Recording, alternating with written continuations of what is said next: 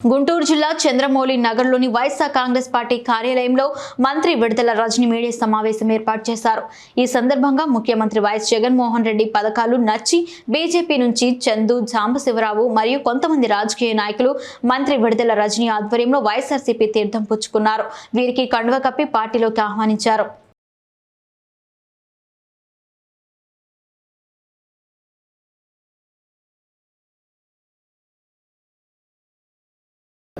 ఈ నెల 13వ తారీఖున గౌరవ మంత్రివర్యులు మన నియోజకవర్గం క్యాండిడేటు గుంటూరు వెస్ట్ క్యాండిడేటు శ్రీమతి విడుదల రజనీ గారి ప్రోత్సాహంతో అలాగే అయోధ్య రామరెడ్డి గారి మోటివేషన్ తోటి నేను సీఎం గారిని కలవటం, సీఎం గారి ఆశీస్సులతోటి పార్టీలో చేరటం జరిగింది. అప్పటి వరకు కూడా నేను భారతీయ జనతా పార్టీలో రాష్ట్ర ఉపాధ్యక్షుడిగా పనిచేశాను. అంతకుముందు తెలుగుదేశం పార్టీలో కూడా 15 సంవత్సరాలు పనిచేశాను. 2004 నుంచి యాక్టివ్గా పాలిటిక్స్లో పనిచేస్తున్న నాకు 2014లో తెలుగుదేశం ప్రభుత్వంలోకి వచ్చిన తర్వాత ఎలాంటి కార్యక్రమాలు చేపట్టారు, ఏం జరిగింది, 2019లో జగన్మోహన్ రెడ్డి గారు ప్రభుత్వంలోకి వచ్చిన తర్వాత ఎలాంటి స్కీమ్స్ని ఆయన ఇంట్రడ్యూస్ చేశారు, ఎలా పనిచేశారు అనేది చాలా క్లోజ్గా అబ్జర్వ్ చేయడానికి, అవగాహన చేసుకోవడానికి, దాన్ని మరి విమర్శనాత్మకంగా చూడటానికి ఒక అవకాశం దొరికింది.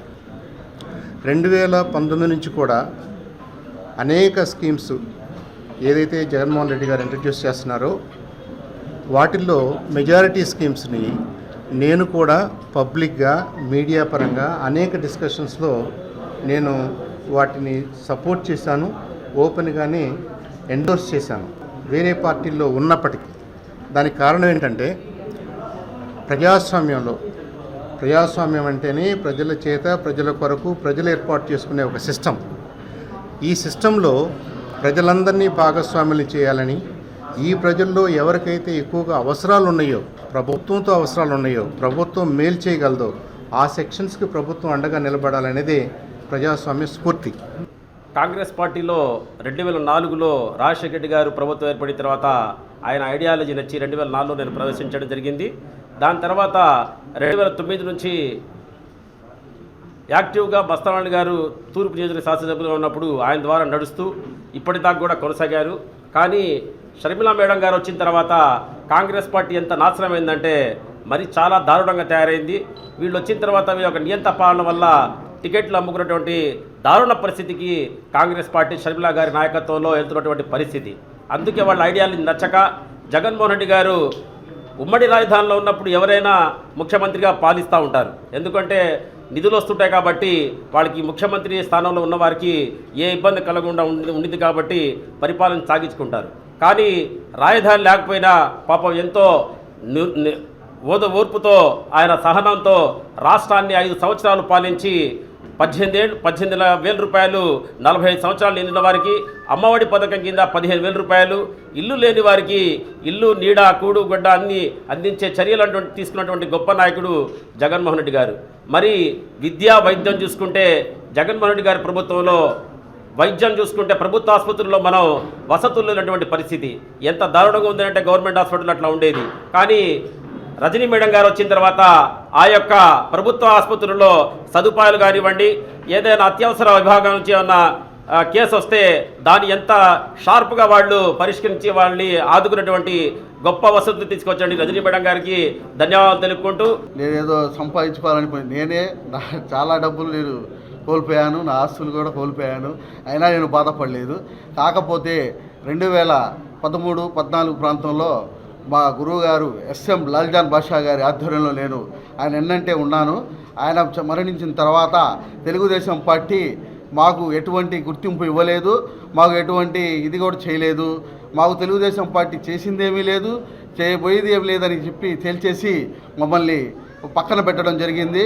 ఆ విధంగా నేను 5 సంవత్సరాలు 2019 దాకా నేను ఏ పార్టీలోనూ నేను ఉండలేదు, నేను రాజకీయంలో కూడా తిరగలేదు. నేను ఖచ్చితంగా చెబుతున్నా, 2019లో ఒక నాయకుడికి నేను మన జగన్మోహన్ రెడ్డి గారు 150 సీట్లతో ముందు గెలుస్తున్నారని చెప్పి నేను ఒక నాయకుడికి చెప్పడం జరిగింది. వాళ్ళు నాతో చెప్పిన మాట 120 సర్వేలు 130 అన్నారు. కానీ నేను 150 పైచులుక ఎలక్షన్స్లో జగన్మోహన్ రెడ్డి గారు 2019లో విజయం సాధిస్తారని ఒక రాష్ట్ర నాయకుడితో నేను ఛాలెంజ్ చేశాను. అలాంటి నాయకుడు కూడా నన్ను ఇక ఇంత ఇది ఉందా వీడి దగ్గర, ఇంత ఎట్లా స్ట్రాటజీ చెప్పగలిగాడు, ఎలా చేయగలిగేది, ఇంత టాలెంట్ ఏముంది వీడి దగ్గర అని చెప్పి ఆ నాయకుడు కూడా నన్ను పక్కన పెట్టడం జరిగింది. పేర్లు నేను చెప్పదలుచుకోలేదు, అది కాలక్రమేణా అన్ని పేర్లు తెలుస్తాయి. ఖచ్చితంగా 2019 రోజు కౌంటింగ్ రోజు 151 సీట్లతో జగన్మోహన్ రెడ్డి గారు విజయ కేతనం ఎగురవేసుకుంటా రాష్ట్రంలో మొత్తం ఆంధ్ర రాష్ట్రానికి తల దించుకునేటట్టుగా ప్రజలను తల ఎత్తుకునేలాగా ఆయన గెలుచుకుంటా వచ్చారు. ఆ 151 సీట్లు గెలిచిన తర్వాత నాకు ఎంతమంది ఫోన్లు చేసి ఆ రాష్ట్ర నాయకుడు పక్కన ఉన్న నాయకులు నన్ను పిలిచారు. నేను వెళ్ళలేదు సార్, వదిలేశా. నేను ఆ రోజు కూడా వదిలేశా. కానీ 2019 నుంచి 2024 దాకా నిశ్చితంగా రాజశేఖర్ రెడ్డి గారి ఆశయాలు ఎలా నెరవేరుస్తారా మన జగన్మోహన్ రెడ్డి గారు అని చెప్పి నేను గమనిస్తూనే వచ్చా. ఖచ్చితంగా నేను అందరికీ, నా మిత్రులకి, నా ఫ్రెండ్స్కి, నా అందరికీ చెప్పాను 2024లో నేను ఖచ్చితంగా జగన్మోహన్ రెడ్డి గారి నాయకత్వంలో పని చేస్తాను, నేను వైఎస్ఆర్ పార్టీకి వస్తాను అని చెప్పి ముందుగానే చెప్పాను. కానీ ఎవరికి నేను ఇంటిమేషన్ ఇవ్వకుండా 2024లో రజనీ గారి మేడం గారి ఆశయాలు నాకు నచ్చి ఆమె వైద్య శాఖ మంత్రిగా ఏ రోజైతే ఆమె తీసుకుందో ఆమెను నిశ్చితంగా గమనిస్తా, చిలుకలూరుపేట నుంచి ఆమె పశ్చిమ నియోజకవర్గం వస్తుందని చెప్పి ముందుగానే చెప్పిన మనిషిని నేను. 2004 సంవత్సరంలో గుంటూరు వెస్ట్ నుంచి ఎమ్మెల్యేగా పోటీ చేయడం జరిగింది. ఆ తర్వాత చిరంజీవి గారితో పాటు ప్రజారాజ్యం పార్టీలో రాష్ట్ర ఆర్గనైజ్ సెక్రటరీగా, రాష్ట్ర జనరల్ సెక్రటరీగా, అలాగే ఆయనతో పాటు కాంగ్రెస్లో పిసిసి సెక్రటరీగా, ఆ తర్వాత ఇప్పుడు ప్రస్తుతం బీజేపీలో గత 4 సంవత్సరాలుగా రాష్ట్ర మేధావుల విభాగం స్టేట్ కో-కన్వీనర్గా వర్క్ చేస్తూ ఉన్నాను. ఈ రోజున మేడం రజనీ గారు వైఎస్ఆర్ పార్టీలోకి నన్ను ఆహ్వానించినప్పుడు గత 2 నెలలుగా పార్టీ సెక్రటరీ రసూల్ గారు, ఇంకా పెద్దలు మల్లేశ్వర రెడ్డి గారు నన్ను తప్పకుండా పార్టీలోకి రావాలని గత 2 నెలలుగా కోరుతున్నప్పటికీ చివరిగా మేడం గారు నిన్న జగన్మోహన్ రెడ్డి గారి సమక్షంలో పార్టీలో చేరడం జరిగింది. గత 20 సంవత్సరాలుగా నేను రాజకీయాల్లో యాక్టివ్గా ఉన్నాను, వెస్ట్ నియోజకవర్గంలో ఉన్నాను. అప్పుడు ఉన్నటువంటి వార్డులు, నాయకులు, అన్ని పార్టీల నాయకులు అందరూ కూడా నాకు సుపరిచితము, అందరితో కూడా మంచి సత్సంబాలు కలిగి ఉన్నాను. జగన్మోహన్ రెడ్డి గారి నాయకత్వానికి వస్తే విషయాలన్నీ కూడా ఎవరికి అవకాశం లేకుండా సోదరులు చంద్రశేఖరరావు గారు ఎక్స్ప్లెయిన్ చేయడం జరిగింది. ఏ రాష్ట్రమైనా, ఏ ముఖ్యమంత్రి అయినా, ఏ దేశ ప్రధాని అయినా కూడా ప్రజల కోసం చేసేది 2 సబ్జెక్ట్స్, అభివృద్ధి, సంక్షేమం. ఈ రెండిట్లో ముందేది వెనకేదంటే చెప్పడం కష్టం. కానీ జగన్మోహన్ రెడ్డి గారు ఏం తీసుకున్నది ఏంటంటే, ప్రజలు అన్నప్పుడు ఒక పిరమిడ్ లాగా తీసుకుంటే లోయర్ ఇన్కమ్ గ్రూప్ వాళ్ళు ఎక్కువ పెద్ద బేస్ ఉంటారు, హయ్యర్ ఇన్కమ్ గ్రూప్ వాళ్ళు పైన తక్కువ మంది ఉంటారు.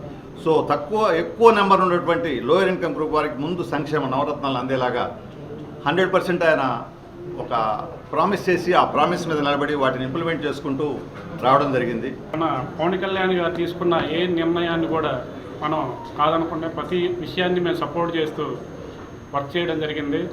గత కొద్ది రోజుల క్రితం నుంచి జరుగుతున్న పరిణామాలని, అదేవిధంగా సీట్ల పంపిణీ జరిగిన దృశ్యాలను కూడా మీరు అందరికీ తెలిసిన విషయమే. ఆ విషయాలన్నీ కూడా మేము దృష్టిలో ఉంచుకొని చాలాసార్లు మేము డిస్కషన్ చేసుకోవడం జరిగింది. మాకు ముఖ్యంగా నాకు మనోహర్ గారు చాలా అందుబాటులో ఉంటారు.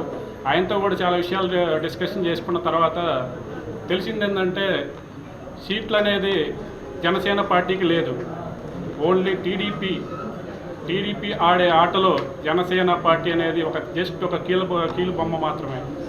ఎందుకంటే మీ అందరికీ తెలిసిన విషయమే, జనసేన పార్టీలో సీట్ల కోసం ఆశించిన వ్యక్తులు 175 నియోజకవర్గాల్లో ఉండి కూడా కనీసం 10 మందికి కూడా సీట్లు కరెక్ట్గా ఇవ్వలేదు. మేము కూడా ఒక ఆశపడ్డాం. తర్వాత జరిగిన పరిణామాలు మీకు అందరికీ తెలిసిందే. అన్నీ కూడా అట్నుంచి టీడీపీ నుంచి జనసేనలో జాయిన్ అయిపోయి సీట్లు తీసుకోవడం జరిగింది. అదేవిధంగా పక్క పార్టీలు అక్కడ వేరే పార్టీలను తీసుకొచ్చి వాళ్ళ సీట్లు ఇప్పించడం, అదేవిధంగా జనసేన పార్టీని జస్ట్ ఒక ఆట బొమ్మలా చూడటం జరిగింది. సరే దానికి కూడా మేము కళ్యాణ్ గారు తీసుకున్న నిర్ణయం మేము పెద్ద దానికి సపోర్ట్ చేస్తూ మేము ముందుకెళ్ళడం జరిగింది. ఆ తర్వాత టీడీపీకి ఆధీనంలోకి వెళ్ళిపోయిన తర్వాత మేమందరం కూడా ఆయా నియోజకవర్గాల్లో జరుగుతున్న కార్యక్రమాలు కానీ అవన్నీ కూడా చూసామా, అవన్నీ పరిగణనలో తీసుకుంటే ఎక్కడ కూడా మాకు ఎలాంటి విలువ లేకుండా జరిగిపోయింది. అదేవిధంగా నేను చూసుకుంటే నేను గుంటూరు పశ్చిమ నియోజకవర్గంలో కానీ అలాగే నాకంటూ సొంత కేడర్ తెనాలి నియోజకవర్గంలో కూడా ఉంది. అక్కడ కానీ ఇక్కడ కానీ 2 ప్లేసుల్లో నియోజకవర్గాల్లో నేను నా సపోర్టర్స్ గురించి కానీ నా సపోర్టర్స్ అందరితో మాట్లాడడం జరిగింది. ఏంటి ఈ విషయాలు ఎలా జరుగుతున్నాయి అన్నీ చూసుకుంటే ఎలాంటివి సపోర్ట్ మాకు అందలేదు. ఆ తర్వాత నేను తీసుకున్న నిర్ణయం ఏంటంటే ఆ పార్టీకి రాజీనామా చేసి తర్వాత మేడం రజనీ గారి ఆధ్వర్యంలో మన ముఖ్యమంత్రి గారు ప్రియతమ నాయకులు గౌరవనీయులైన శ్రీ జగన్మోహన్ రెడ్డి గారి సమక్షంలో 2 రోజుల క్రితం పార్టీలో చేరడం జరిగింది. పార్టీలో జాయిన్ అయిన ఒక 4 రోజుల నుంచి ఒకటే నేను అబ్జర్వ్ చేస్తున్నాను. ప్రతి ఒక్కరు ఇష్టం వచ్చినట్టు మాట్లాడుతున్నారు. ఈ మీడియా ముఖంగా చెప్తున్నారు, మీ ఇష్టం వచ్చినట్టు మాట్లాడితే దానికి తగ్గ చర్యలు రాబోయే రోజుల్లో మీరు చూస్తారని చెప్పేసి కూడా నేను చెప్తున్నా. ఒక తెనాలి నియోజకవర్గమే కాదు, పశ్చిమ నియోజకవర్గంలో ఉన్న వ్యక్తులు ఎవరైనా సరే ఇష్టం వచ్చినట్టు మాట్లాడితే ఊరుకునేదే ప్రసక్తే లేదు. నన్నే కాదు, నాకున్న సపోర్టర్స్ని కానీ అదేవిధంగా మేడం రజనీ గారి గురించి కానీ జగన్మోహన్ రెడ్డి గారి గురించి కానీ ఇష్టం వచ్చినట్టు మాట్లాడుతున్నారు. రాబోయే రోజుల్లో దానికి తగ్గ చర్యలు ఉంటాయి. అదేవిధంగా చూస్తే మన పవన్ కళ్యాణ్ గారి విషయానికి వస్తే మేము ఆయన్ని ఒక రాష్ట్ర అధ్యక్షుల్లాగా జనసేన పార్టీ అధ్యక్షులా మేము చూస్తుంటే ఆయన ఇంకో వ్యక్తిని రాష్ట్ర పార్టీ అధ్యక్షులా చూస్తున్నారు. అలాంటి మంచికే ప్రజలు మద్దతు పలుకుతూ ఉన్నారు. అలాంటి మంచి నాయకుడికే ప్రజలు మద్దతు పలుకుతూ ఉన్నారు. అలాంటి గొప్ప పాలనకే ప్రజలు మద్దతు ఇస్తూ ఉన్నారు. ఇప్పుడు మనం చూసినట్టయితే మనతో పాటు మన గుంటూరు వెస్ట్లో వైఎస్ఆర్ కాంగ్రెస్ పార్టీని స్ట్రెంగ్తన్ చేస్తూ గౌరవ ముఖ్యమంత్రి వర్యులు శ్రీ వైఎస్ జగన్మోహన్ రెడ్డి గారి ఆలోచనలను అడుగులను తీసుకొచ్చినటువంటి రెవల్యూషనరీ స్టెప్స్ కావచ్చు, రిఫార్మేషన్స్ కావచ్చు, ఈ అన్నిటికీ కూడా ఆకర్షితులై మరి వైఎస్ఆర్ కాంగ్రెస్ పార్టీకి నాతో పాటు ఉన్నటువంటి సీనియర్ నాయకులు చందు సాంబశివరావు గారు, నేను చెప్పనవసరం లేదు, పొలిటికల్గా ఎంత సీనియర్ అనుభవం ఉంది. ఇక వారి నేపథ్యము మన గుంటూరులో ప్రతి ఒక్కరికి కూడా తెలుసు. అలాంటి గొప్ప పొలిటికల్గా ఎంతో అవగాహన ఉన్నటువంటి సీనియర్ నాయకులు ఈరోజు వైఎస్ఆర్ కాంగ్రెస్ పార్టీలోకి రావటం చాలా సంతోషకరమైనటువంటి విషయం. అలాగే టీవీ రావు గారు, మరి వారు ఎంతటి సీనియర్ పొలిటీషియనో, ఎంత రాజకీయంగా మరి నాలెడ్జ్ ఉన్నటువంటి వ్యక్తో, మరి ఇంతటి గొప్ప వ్యక్తులు ఈరోజు మా ముఖ్యమంత్రి గారి విధి విధానాలు నచ్చి మరి పార్టీలోకి రావడం అనేది చాలా సంతోషకరమైనటువంటి విషయం. అలాగే వీర్శెట్టి సుబ్బారావు గారు, మరి వారి యొక్క పార్టీలో ఏ విధమైనటువంటి సేవలు అందించారనే విషయం ప్రతి ఒక్కరికి కూడా తెలుసు. ఉస్మాన్ గారు మీతో మాట్లాడారు, అలాగే షాజీద్ మీతో మాట్లాడారు. కాబట్టి ఈ సీనియర్ నాయకులందరూ కూడా వీళ్ళ పార్టీలకు సంబంధించి ఏ విధమైనటువంటి గొప్ప సేవల్ని వారు అందించారు, ఏ విధమైనటువంటి సర్వీస్ని వాళ్ళు ఇచ్చారనేటువంటి విషయం మన గుంటూరులో అందరికీ కూడా తెలుసు. మరి వీరందరూ కూడా ముఖ్యమంత్రి గారి సమక్షంలో మొన్న పార్టీలోకి రావటం అనేది చాలా సంతోషకరమైనటువంటి విషయం. మరి ఈరోజు అందరూ కూడా మరి ఈ విషయాల్ని పంచుకుందామని ఈ ప్రెస్ కాన్ఫరెన్స్ అనేది కండక్ట్ చేసుకోవడం జరిగింది. వారందరినీ కూడా నేను మనస్ఫూర్తిగా వారందరికీ కూడా వైఎస్ఆర్ కాంగ్రెస్ పార్టీలోకి వచ్చినందుకు వారందరికీ కూడా నా కృతజ్ఞతలు తెలియజేసుకుంటా ఉన్నాను.